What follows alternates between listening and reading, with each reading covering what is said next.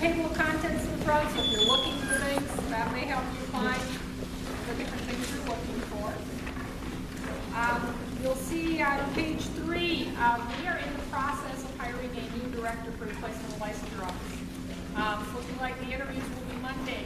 I had really hoped that person would have been here for today. It would have really been helpful, but it is what it is. So that piece will change. What our intention is, I was telling the students, we're going to have a D2L site, which they're familiar with the courses on campus. And we're going to post lots of things that they need on there. Well, once we get the new person named, we'll make the appropriate changes, and then we'll post the student handbook on there, so if you lose your copy or can't put your hands on it, you'll have a copy online that you can go to. But we'll update all the information that you need, because there'll be email addresses and things like that that you need that we just don't have for you yet. So, coming soon, we'll get this all squared away. As we go through that, you kind of see the mission and the vision, what the student learning outcomes are for the teacher education program we're looking for.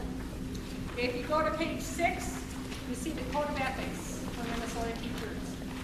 This is what you are held to as a licensed teacher. So absolutely, as a student teacher, something that you need to be fully aware of. So definitely, I'm sure you've seen it in your classes. I know we've talked about it different times, but you do have your own copies so that you can see what is required of you according to state law as far as right after that, you'll see the dispositions. That's the attitudes and behaviors that we expect of you as a candidate from SMSU. And again, all of you, you signed these when you were admitted to the teacher ed program. You've seen them different times through, but we put it in here just as a reminder that this is what we're looking for. So make sure that you're aware of that. If you go on to page 8, very important. And we talked about a few of these this morning, 6 issues that impact all teachers in general as far as that goes. Education Minnesota has put this out. And those 6 issues, data privacy, school safety, personal relationships, which ties right into the boundary issues, and the child abuse and diversity. So this morning I've already talked with the student teachers a lot about confidentiality and data privacy laws. Talked a lot about the boundary issues and the personal relationships piece.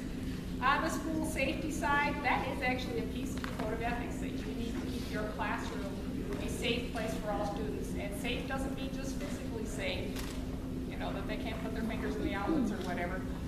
It really has to do with the environment of the classroom. You know, safe from bullying, teasing, and that sort of thing. It needs to be, you know, clean and well kept, materials put away, safe and healthy environment for all students at all times. So you read through that section and kind of look at the kinds of things that are going to be required there. But again, you're always wanting to make sure that every student has the best possible experience that they can have in your classroom. So that's really the goal for any of these. We talked a lot about boundary issues and personal relationships, so I'm going to let that one be.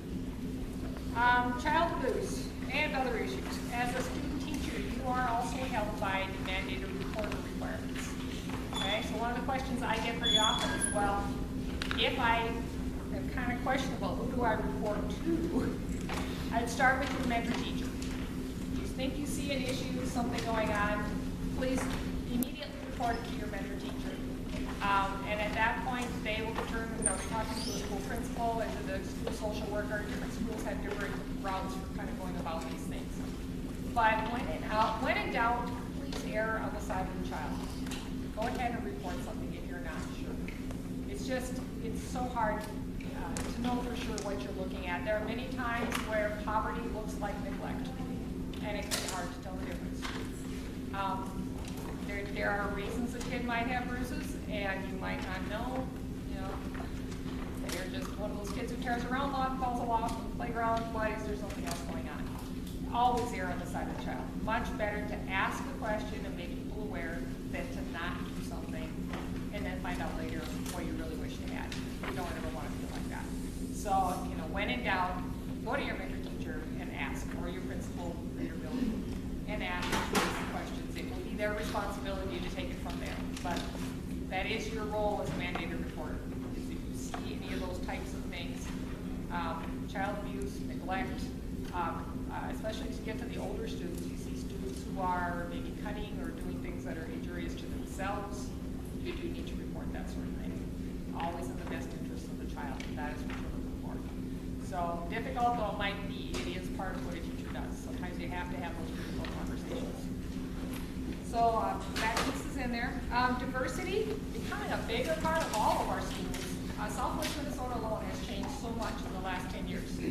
And many of us are not familiar with other cultures to find out, you know, what does that culture do? How do they see all kinds of different things, like touching a child, or, you know, patting their head. There are cultures that that's not accepted.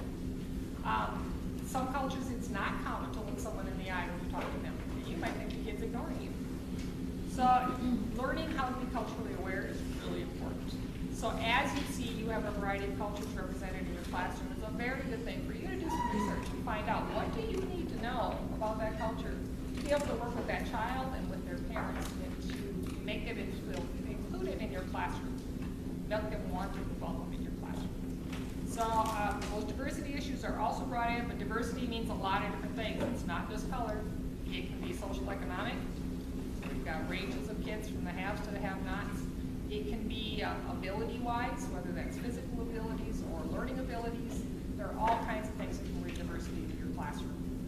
Welcome and cherish all of them, but you also need to be aware of all of them. One of probably the hardest things a teacher does is trying to meet the needs of all the students in your classroom as you're going through the day with everything you do. The more you know about your kids, the better you will be able to do that.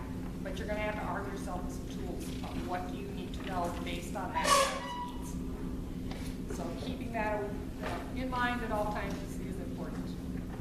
Okay, then we have 3 sections in the handbook. The first one is for the student teachers. That's you as the candidate for a teacher.